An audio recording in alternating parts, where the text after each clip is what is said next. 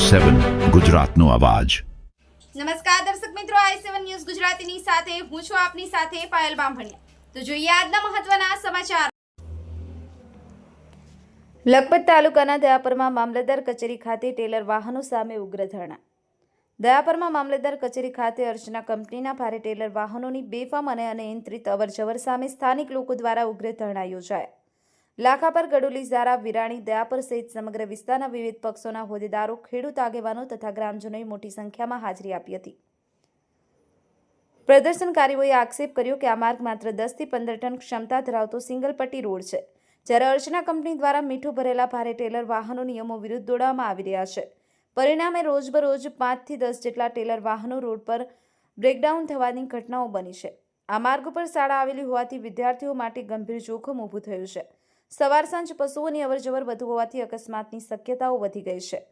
Taylor વાહનો પાછળ તૂટતી ભારે ધૂળથી વાહન ચાલકો અને ગ્રામજનો ત્રાસી ગયા છે। લાંબા સમય સુધી ટેલર પાછળ અટકી રહેવું પડે છે। વધુમાં ટેલર વાહનોમાંથી રોડ પર મીઠું છંટાઈ જવાથી આસપાસની જમીન બેકાર બની રહી છે। ખેતીના ઊભા પાકો તેમજ દાડમ, આંબા, ખારેક સહિતના ફળ ઝાડોને ગંભીર નુકસાન પહોંચ્યું હોવાનું ખેડૂતોએ જણાવ્યું। આજરોજ સવારે 8 વાગ્યાથી 80થી વધુ લોકો ધરણા પર બેઠા છે। પ્રદર્શનકારીઓએ ચેતવણી આપી છે કે જો ટેલર વાહનો પર તાત્કાલિક પ્રતિબંધ નહીં મૂકવામાં આવે તો ઉગ્ર આંદોલન કરવામાં આવશે। સ્થાનિકોએ મામલતદાર અને જવાબદાર અધિકારીઓને અપીલ કરી છે કે આ રોડની ક્ષમતા નથી, સિંગલ પટ્ટી માર્ગ છે, અહીં નાના બાળકો, પશુઓ અને ગ્રામજનોની અવરજવર છે। સાહેબો જાતે સ્થળ પર આવી અવલોકન કરે છે અને તાત્કાલિક પગલાં લેવામાં આવ્યા તેવી માંગ કરવામાં આવી છે। ભરત ઠાકોર, i7 ન્યૂઝ ગુજરાતી, કચ્છ।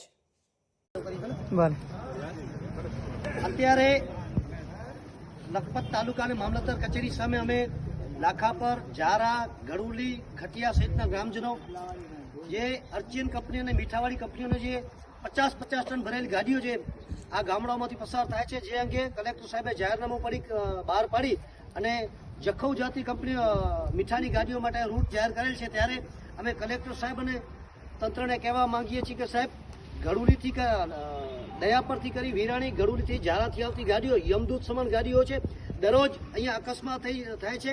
પરમ દિવસ ગડુલી અને વિરાણીની વચ્ચે અકસ્માત થવાના કારણે 2 જુવાન દીકરા મૃત્યુ પામ્યા છે।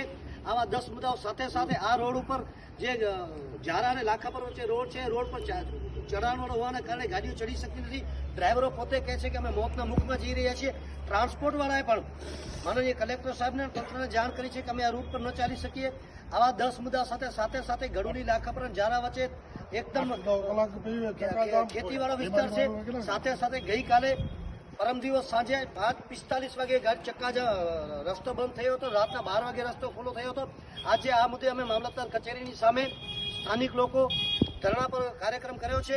આવતીકાલે જો અમને કોઈ યોગ્ય રસ્તો નહીં મળે તો આગામી સમયે અમે ભૂખ હડતાલ પર ઉતરશું, જરૂર પડશે ચક્કાજામ કરશું। સાથે આ બંને રોડ ઉપર વચ્ચે પ્રાથમિક શાળાઓ આવે છે ને નાના ભૂલકાઓ રોડ વચ્ચેથી પસાર થયા તો જરૂર પડશે તો અમે શાળાનો પણ બહિષ્કાર કરશું।